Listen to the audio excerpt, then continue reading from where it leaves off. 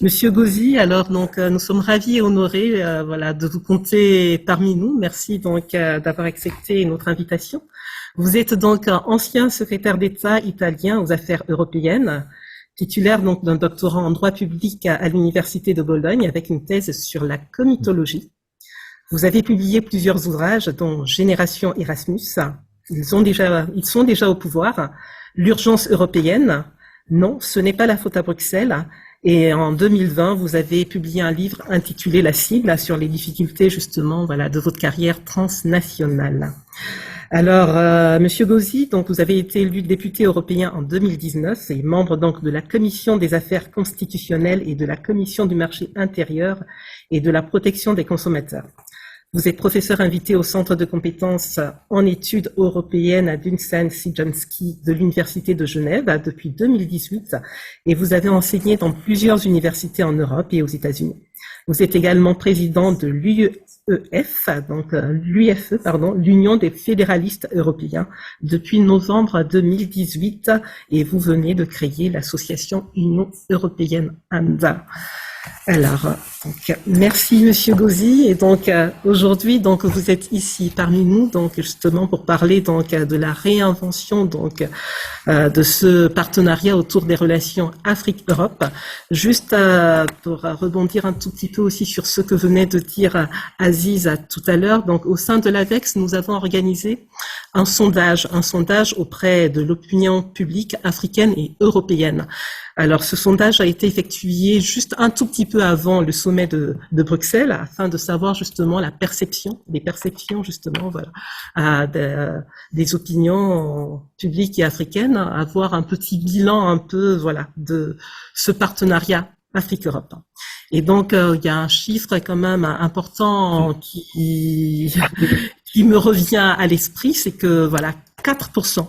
Seulement 4%, voilà, des personnes sondées, notamment en Afrique, sont satisfaites, voilà, disaient être satisfaites, voilà, du partenariat Europe-Afrique. Donc, d'où la nécessité, donc, vraiment de cette réinvention. Et aujourd'hui, voilà, vous allez donc nous parler des contours, donc, de ce nouveau partenariat et notamment, donc, des accords Samoa qui ont été effectués récemment. Merci, Monsieur Gauzy. C'est à vous. Merci à vous pour votre invitation et je suis vraiment heureux de pouvoir m'exprimer dans ce contexte, dans cette belle initiative sur les relations Afrique-Europe que vous avez lancée. Et je suis heureux aussi de m'exprimer dans ce contexte en tant qu'élu en France, parce que moi j'étais élu en tant qu'Italien, mais je suis élu au Parlement européen dans des listes françaises. Avec Renaissance et donc je crois qu'il y a une raison supplémentaire et un devoir même supplémentaire de ma part de m'exprimer et de soutenir les bonnes initiatives qui vont dans la direction que nous poursuivons et cette initiative citoyenne Afrique-Europe donc dont Aziz Diaye vient de parler. Elle est sans doute une des initiatives qui selon moi vont dans la bonne direction et nous aide à faire rentrer des partenariats Afrique-Europe dans une dimension nouvelle, avec des méthodes nouvelles, et je dirais même avec un esprit nouvel. Vous savez bien que on travaille dans une stratégie commune qui date depuis 2007 et qui a identifié des objectifs qui sont toujours valables, d'action commune et de combat commun. La lutte contre la pauvreté, la lutte contre la justice, la lutte contre les violations des droits de l'homme, les questions liées à l'insécurité, à l'instabilité politique, la protection et la promotion des principes des droits démocratiques, ce sont des grands principes qui avaient été identifiés ensemble, entre Africains et Européens, en 2007 et qui sont toujours valables. Ce qui n'est pas valable, ce qui n'est plus valable, je crois peut-être, c'est la méthode. Et c'est l'esprit qui a été suivi parce que, comme vous le disiez, et comme ces sondages le démontrent, nous ne sommes pas satisfaits des résultats obtenus depuis 2007. C'est la raison pour laquelle, pendant la présidence française de l'Union européenne, le président Emmanuel Macron a voulu donner un nouvel élan à cette relation et établir un nouveau type de des partenariats renouvelés. Et ces partenariats, et je rappelle un peu quelques chiffres seulement pour nous placer, mieux placer un peu dans les contextes dont on parle, vu dans une perspective délibérément africaine ou africano-européenne. On parle d'un engagement pour promouvoir un programme d'investissement, tout programme confondu, d'autour de 150 milliards d'euros. On a déjà coopéré dans des questions d'urgence, comme la question de la fourniture des doses de vaccins. On parle de 450 millions de doses de vaccins qui ont été transférées de l'Europe à l'Afrique. On parle aussi de la volonté d'un partenariat renouvelé autour des grandes priorités qui sont communes aux Européens, aux Africains. Je pense notamment à la transition écologique et la transformation numérique.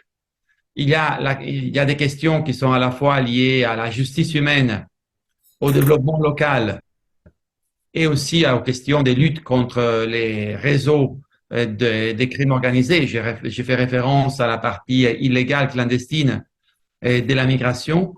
Et il y a aussi un autre aspect, selon moi, une grande opportunité de promouvoir ensemble un nouveau multilatéralisme entre Afrique et Europe dans un moment où il est clair, et c'est pas uniquement en raison de la crise ukrainienne, bien au-delà, ça fait depuis des années qu'on voit bien la nécessité de réinventer l'ordre global, à commencer par les Nations Unies, et je crois qu'Européens et Africains devraient travailler beaucoup plus ensemble dans la conception même du nouveau ordre global, qui est absolument nécessaire parce que ce qui avait été conçu après la Deuxième Guerre mondiale, après d'un côté la décolonisation, de l'autre côté la fin de la guerre froide, aujourd'hui il est arrivé au bout du souffle et il faut le réinventer. Donc, vous voyez combien est large les contextes dans lesquels nous nous plaçons et combien sont ambitieux les défis que nous devons et les objectifs que nous nous sommes fixés. Dans ces contextes-là, ce sont des choses que vous connaissez, mais je crois que c'est important de rappeler les contextes dans lesquels nous nous plaçons. Comme je répète, il y a 3 syllabes qui, selon moi, sont fondamentales pour véritablement renouveler par les faits et pas seulement par les débats ces partenariats. Et ces 3 syllabes sont diaspora.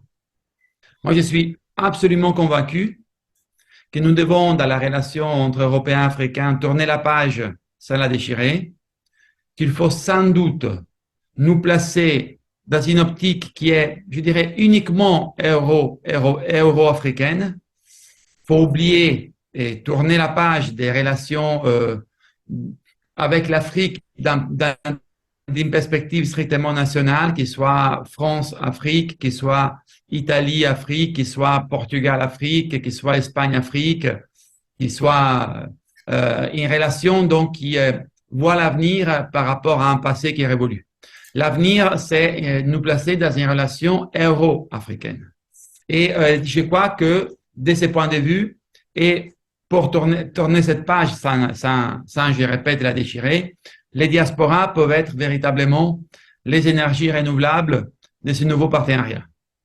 On parle des millions de personnes qui vivent en Europe en tant qu'Européens et en tant qu'Africains, avec cette caractéristique qui est typique des diasporas. Je crois que là, il y a une fenêtre d'opportunité que nous devons absolument exploiter en associant de façon beaucoup plus structurée et dynamique les diasporas dans tous les secteurs dont on a parlé, même les secteurs les plus difficiles. Je crois que les communautés de la diaspora peuvent transmettre des informations, peuvent transmettre des idées novatrices, peuvent restituer à l'Afrique des capacités intellectuelles, donner à l'Afrique des compétences technologiques, promouvoir des pratiques commerciales novatrices, travailler aussi du point de vue de la société civile pour de nouveaux mécanismes de consolidation de la paix, de pacification, disons, d'habitudes et des pratiques démocratiques. Ce sont des rôles sur lesquels nous devons investir beaucoup plus par rapport au passé. Ne fût-ce qu'on parlait de ça en 2023, ce n'est plus la même chose par rapport aux années 80, aux années 60. Aujourd'hui, on a, et du point de vue des transports et de la mobilité d'un côté, et du point de vue des opportunités numériques et technologiques, on a une opportunité qui est sans précédent et qui est liée aux évolutions historiques de l'humanité autour de la révolution numérique et aussi les transports. Je disais, on a des opportunités sans précédent pour créer des véritables réseaux transnationaux. Réseaux transnationaux qui traversent les pays et qui traversent aussi les continents. Et en tant que député européen transnational, pour les raisons que je vous disais dans mes propos introductifs, vous pouvez bien imaginer combien je suis sensible et engagé aussi pour promouvoir cette méthode transnationale dans la relance du partenariat euro-africain. Il y a un savoir-faire que beaucoup parmi vous ont désormais appris, des connaissances de l'économie à la fois européenne, africaine, qui pourraient être mis au service de nombreuses entreprises africaines qui parfois n'ont pas la capacité professionnelle encore. Ils l'auront, pour commercialiser leurs produits. On a des exemples, des belles, disons, des belles réalisations de la diaspora africaine qui sont en train exactement de s'inscrire dans cette perspective. Je pense à la société T1 Pro basée à Rotterdam, aux Pays-Bas, qui m'a été indiquée par plusieurs experts et par plusieurs parmi vous, établie par la diaspora africaine, et indiquée comme des exemples de ce que les diasporas pourraient faire pour ces nouveaux partenariats. Je crois aussi que les diasporas peuvent être des relais politiques pour promouvoir des politiques partagées absolument uniques. Donc, moi, j'y crois énormément pour ces partenariats d'égal à égal, ces partenariats qui doivent redémarrer par une véritable compréhension mutuelle réelle, une compréhension mutuelle pour laquelle des initiatives comme ces réseaux de sociétés civiles africaines, européennes, dont vous avez parlé, c'est sans doute quelque chose qui va dans la bonne direction. Et pourquoi nous devons faire cela? Et ça sera mon dernier point. Au-delà des synergies économiques, au-delà des matières premières essentielles pour les Africains, pour les Européens, au-delà des ressources stratégiques cruciales, au-delà de ce que nous pouvons apprendre, par exemple, sur la biodiversité des Africains. Moi, je crois qu'il y a des exemples de protection de la biodiversité en Afrique qui peuvent être des exemples de bonnes pratiques auxquelles les Européens peuvent s'inspirer. Mais pourquoi je plaide pour ces macro-continents verticales, Europe-Afrique? Pour les raisons que je vais évoquer, mais aussi pour les raisons plus éminemment politiques et diplomatiques. Nous devons réinventer le multilatéralisme. Et dans cette réinvention du multilatéralisme, je crois que 27 pays africains, et 27 pays européens et 55 pays africains ensemble peuvent faire énormément de choses au sein de l'Organisation pour les Nations Unies et énormément de choses pour promouvoir, renforcer et réformer les multilatéralismes. Commencer par exemple par une présence africaine, je dirais, de l'Union africaine, mais c'est un débat qu'on pourra faire de façon détaillée à un autre moment, présence africaine au Conseil de sécurité, seulement pour évoquer un des points qui devrait nous unir, mais pas seulement celui-là, bien évidemment, dans l'effort commun que ces partenariats renouvelés, si il est mis en œuvre de façon efficace, peut nous offrir. Et donc, voilà, ce sont un peu les idées que je voulais partager avec vous, dont je discute depuis longtemps et avec un grand plaisir avec François Aziz Diaye. Et voilà, je suis évidemment, moi je peux pas rester dans ces débats parce que je suis à Bruxelles et je dois recommencer une négociation sur un thème pour lequel je suis rapporteur, une loi pour laquelle je suis rapporteur ici au Parlement européen, mais comptez sur moi pour la suite et comptez sur moi aussi comme député et citoyen engagé pour réussir ce nouveau partenariat. Merci beaucoup. Merci beaucoup. Merci, monsieur le député. Peut-être quelques questions. Là, je vois, il y a Moussa. Ah, non. Il y a Chrysoste Bangake qui a levé la main. Non, c'est pas moi. Ah, pardon. C'est moi qui suis là. D'accord. Alors, il y a Moussa Kor Traoré qui a levé la main, suivi par la suite de Mohamed Eshkoundi. Et, monsieur Traoré, c'est à vous. Bonjour, une fois de plus, je tiens à remercier monsieur le député ainsi que monsieur Aziz pour leur présentation claire et précise. Par rapport à ça, avant de poser des questions, je veux certes faire des contributions et Rapidement. faire des petits rappels. Donc, comme tout le sait, je suis africain, je fais partie de la diaspora et je suis malien d'origine. Et quand Aziz il parle du rôle de la diaspora dans les relations Europe-Afrique, et plus précisément dans le processus de développement, tout le monde est unanime sur là-dessus aujourd'hui que la diaspora africaine, notamment ceux qui viennent de l'Afrique, ceux qui viennent du Sahel, que ce soit du Mali, le Sénégal ou le Mauritanie, ces diasporas-là jouent parfaitement le rôle de l'État. Parce que dans beaucoup de zones, l'État a démissionné. Et il y a beaucoup d'associations de diaspora qui sont ici en France. On peut même dire qu'ils sont bien organisés et bien structurés que les services représentatifs de l'État qui sont là. Donc maintenant, moi je pense que la question qu'on doit faire, c'est d'aller directement sur le terrain pour voir qu'est-ce qui a été fait par ces diasporas et qu'est-ce qui reste à faire. Parce que quand on prend ces diasporas qui jouent le rôle de l'État, par rapport dans le domaine de la santé, dans le domaine de l'éducation, dans le domaine de l'hydraulique, vous trouverez que les infrastructures sont sur place. Parce qu'ils ont pu mobiliser les fonds à travers des partenariats avec d'autres associations qui accompagnent la diaspora pour les investissements, pour les réalisations d'infrastructures dans leur pays d'origine. Mais le problème est que la plupart de ces infrastructures ne sont pas opérationnelles sur le terrain. Vous trouverez qu'ils ont construit de beaux bâtiments, des écoles ont été construites, mais il manque d'enseignants. Des hôpitaux ont été construits, mais il manque de médecins. Et là, ça ne relève pas de leurs compétences à eux de pouvoir recruter des enseignants ou bien de pouvoir recruter les médecins. Même si ils peuvent le faire sur une courte période. Mais sur le long période, c'est des associations qui ne peuvent pas prendre le salaire.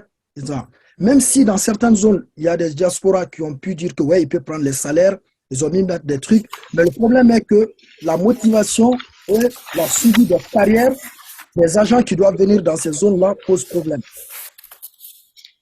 Parce que moi, je suis quelqu'un, je pars aussi beaucoup sur le terrain, je discute avec beaucoup de responsables dans ces zones. Et je me rappelle même lors de l'une de mes dernières... La question, monsieur Traoré. Oui, je veux poser la question. Oui. La question maintenant, c'est de savoir comment est-ce que Aziz et avec leur association, comment est-ce qu'ils vont faire avec l'Union européenne pour avoir maintenant une coopération décentralisée.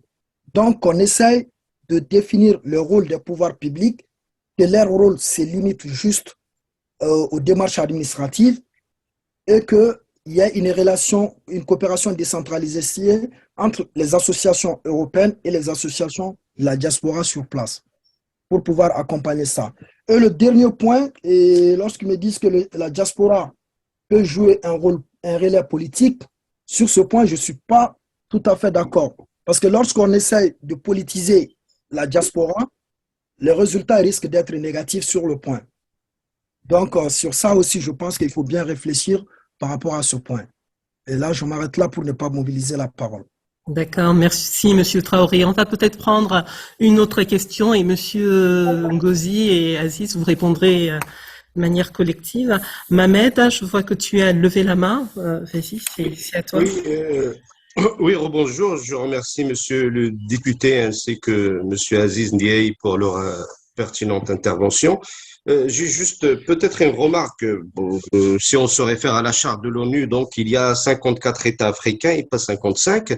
Sinon, hormis ça, j'ai envie de dire que on a l'impression. Donc il y a la Gateway Initiative lancée récemment par l'Union européenne pour renforcer, c'est-à-dire les liens, les relations avec les pays du continent et s'inscrire dans une espèce de dynamique de co-développement, j'ai envie de dire. Mais on a quand même l'impression qu'il n'y a pas une véritable stratégie européenne pour composer avec les pays africains, alors que nous sommes dans un contexte marqué par l'exacerbation de la concurrence en Afrique. C'est-à-dire cette stratégie ne se précise pas.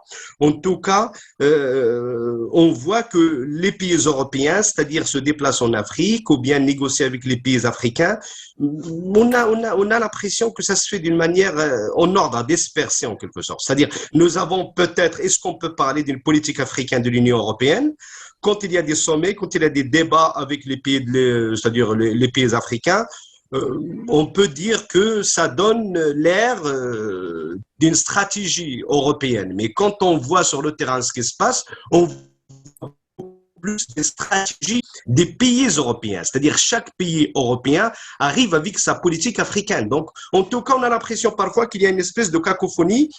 Mais après, quand on parle de la convergence, c'est au niveau des énergies renouvelables. Et on a quand même l'impression que la concordance se fait sur l'importance de l'Afrique par rapport à tout ce qui est course à la décarbonation, c'est-à-dire par rapport à tout ce qui est, c'est-à-dire l'Afrique devient une terre de convoitise de par son potentiel en matière de production des énergies renouvelables. Est-ce que, alors que nous aimerions qu'il y ait des relations de co-développement basées sur le win-win, basées sur le destin partagé? Donc voilà, c'était une remarque sous forme de question en quelque sorte. Merci. Merci Mamada. Alors, Aziz, Monsieur Gauzy, c'est à vous. Oui, je prends une minute parce que je dois vous quitter à midi, comme vous saviez. Après, de toute façon, les vrais experts et les vrais points, la vraie référence pour ça, c'est François Ndiaye, pas Sandro Gauzy. Donc, moi, je suis simplement un follower des Aziz. Alors, comment impliquer? Moi, je crois qu'on a, c'est pour cela que j'ai insisté, comment impliquer la diaspora, les diasporas. La raison pour laquelle j'ai insisté sur les nouveaux contextes créés par les partenariats, c'est que là, il y a un accent beaucoup plus important qui est mis sur le rôle de la société civile organisée et les rôles de la jeunesse. Et c'est là-dessus que nous devons travailler. Nous devons faire sortir encore plus les partenariats Europe-Afrique et donc le rôle des diasporas de la relation qui est strictement institutionnelle et gouvernementale. Et nous devons amener ces partenariats dans une relation entre les jeunesses des deux continents, entre les sociétés civiles des deux continents. Nous devons promouvoir une approche humaniste et je dirais même là aussi transnationale, qui ne passe pas uniquement par les relations gouvernement-gouvernement. Et ça, c'est les défis les plus importants parce qu'on l'a dit, mais on l'a pas fait, ou pas assez. Mais l'insistance, et même de ce point de vue, l'insistance d'Emmanuel Macron, quand Montpellier avait fait ses sommets avec les entrepreneurs, la société civile organisée, les jeunes européens, africains, je crois qu'il avait indiqué une voie qui est la voie d'avenir. Pas la seule voie d'avenir, bien évidemment, mais c'est une nouvelle voie d'avenir sur laquelle nous devons travailler. La question politique, pour moi, ce n'est pas une question partisane. Je ne disais pas que les diasporas doivent, disons, prendre des initiatives de type partisane ou transpartisane, parce que c'est évidemment, on risque les blocages et en Europe et en Afrique, mais de vouloir jouer un rôle pour la promotion politique d'objectifs communs. Je crois que là, c'est un rôle aussi, disons, que les diasporas pourraient jouer. Donc, attention, quand on dit politique, on ne dit pas uniquement bataille partisane.